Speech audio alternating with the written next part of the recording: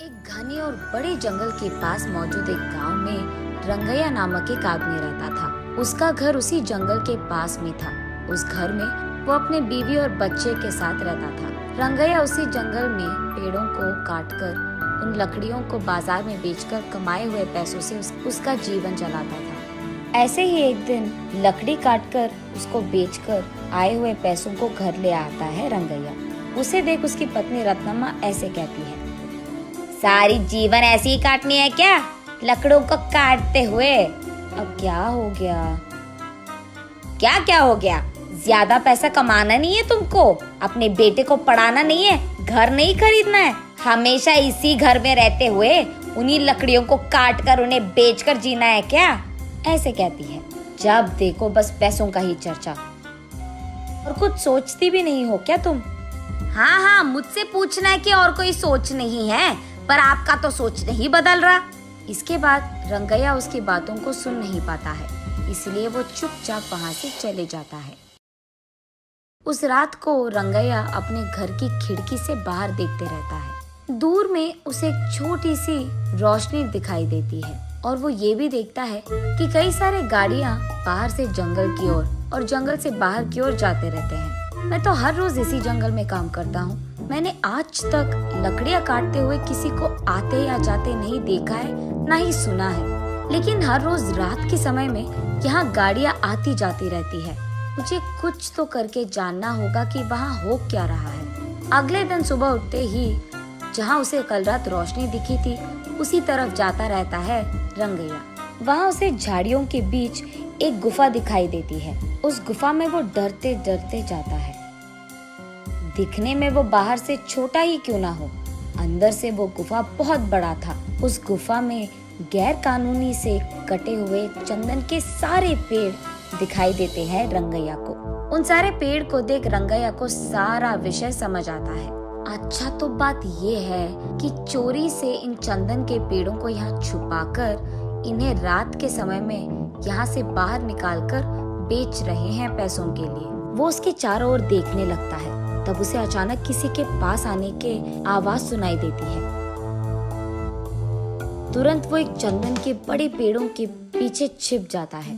कुछ देर बाद घर जाने की कोशिश में वो उठने के लिए सहारा के लिए नीचे मौजूद पत्थर पे हाथ रख के अपने आप को उठाने की कोशिश करता है। बस पत्थर अंदर गिर जाता है और वहाँ एक छोटा सा दरवाजा खुलता है। रंगैया उस द्वार के अंदर मौजूद सीढ़ियों से नीचे गिर जाता है। तब उसे समझ आता है कि ये गुफा उस गुफा के अंदर है। तब वो देखता है कि उस गुफा में कहीं ऊपर से थोड़ी सी रोशनी आ रही थी। चारों ओर अंधेरा था, लेकिन वो रोशनी जिस दिशा में गिर रहा था वहाँ बैंगन का छोटा सा एक पौधा था। उस पे लंबे और बड़े अच्छे बैंगन फूले हुए थे। तब रंगैया सोचता है कि शायद बारिश या हवा के कारण बैंगन का बीज यहाँ गिर गया होता, इसीलिए यहाँ पे बैंगन का पौधा मौजूद है। चलो कोई नहीं, बैंगन तो बहुत अच्छे दिख रहे हैं, आज अगर इन्हें घर ले जाऊंगा तो आज का खाना तो हो जाएगा। ये फैसला करके वो उस पौधे से एक बैंगन को तोड़ता है। बस रंगैया के हाथ में जैसे ही वो बैंगन आता है, वो सोने का बैंगन बन जाता है। रंगैया आश्चर्यचकित होकर दंग रह जाता है। वो उस सोने के बैंगन को अपने हाथों में लेकर उसे जांचने की कोशिश करता है और तुरंत वो सोचता है कि उसी पौधे से एक और बैंगन ले ले, लेकिन उससे पहले ही उस पौधे पे मौजूद सारे बैंगन गायब हो जाते हैं। रंगैया बहुत निराश होता है। चलो कम से कम एक तो बैंगन मिल गया, अगर ये मैं मार्केट में बेचूंगा तो बहुत सारे पैसे मिल जाएंगे, तब मुझे कई दिनों तक कुछ भी काम करने की कोई जरूरत नहीं होगी। ये फैसला करके उस गुफा की सीढ़ियाँ चढ़कर वो बाहर की गुफे की ओर आता है। रंगैया जैसे ही बाहर आता है, वो दरवाजा अपने आप बंद हो जाता है। उस गुफा से बाहर आते ही चोरी चोरी छुपकर वो अपने बीवी के पास जाकर इस सोने के बैंगन को दिखाता है। उस सोने के बैंगन को देख रत्नम्मा तुरंत बेहोश होकर नीचे गिर जाती है। कुछ देर बाद होश आता है। तब रत्नम्मा, बाप रे, सोने का बैंगन कहाँ से लेकर आए आप? ये कहाँ मिला आपको?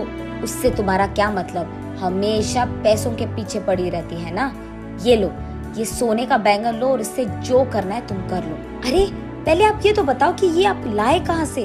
कहीं आपने कुछ चोरी वोरी तो नहीं किया ना?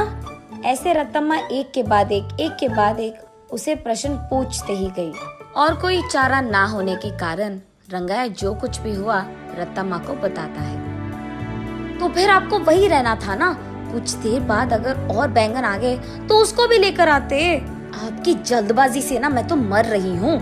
चलो जो हो गया सो हो गया, इस बैंगन से हम बहुत सारे दिन ना कोई भी काम करे बिना आराम से रह सकते हैं। गधे को अगर सोने का सिंहासन पे बैठाया गया ना, उसकी बुद्धि तो गधे की ही रहेगी ना।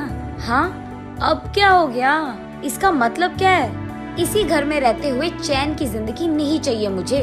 आप 2-3 और सोने के बैंगन लेके आए, तब हम बड़े घर में आराम कर पाएंगे। देख, हमें नहीं पता कि उस पौधे पे वापस सोने के बैंगन आएंगे कि नहीं, और इतना ही नहीं, उस गुफा में जाना बहुत बहुत मुश्किल है और घातक भी। वहाँ चंदन के पेड़ छुपे हैं रत्ना। अगर मैं पकड़ा गया ना, मेरा लाश तक नहीं मिलेगा तुझे।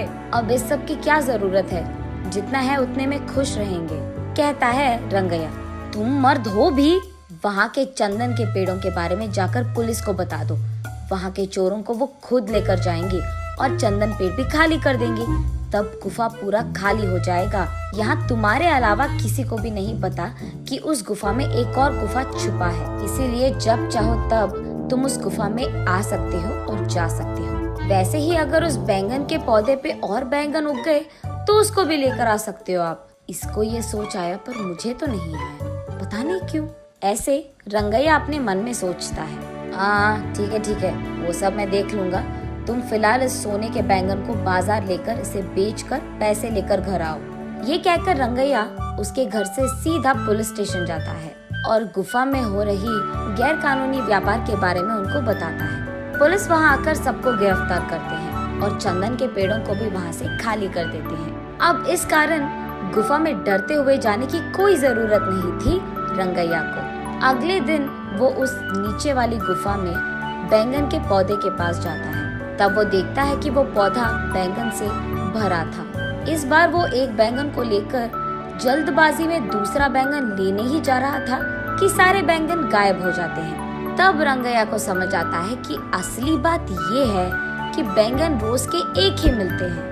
ऐसे वो उस दिन के लिए एक सोने का बैंगन लेके घर चले जाता है। तब रत्तम्मा उन सोने के बैंगन को बेचकर आए हुए पैसों से एक बड़ा बंगला खरीदती है। तब से जब भी रंगैया को पैसों की जरूरत थी, वो उस गुफा में जाकर बैंगन लेकर उसे बेचकर आए हुए पैसों से खुशी से रहता था।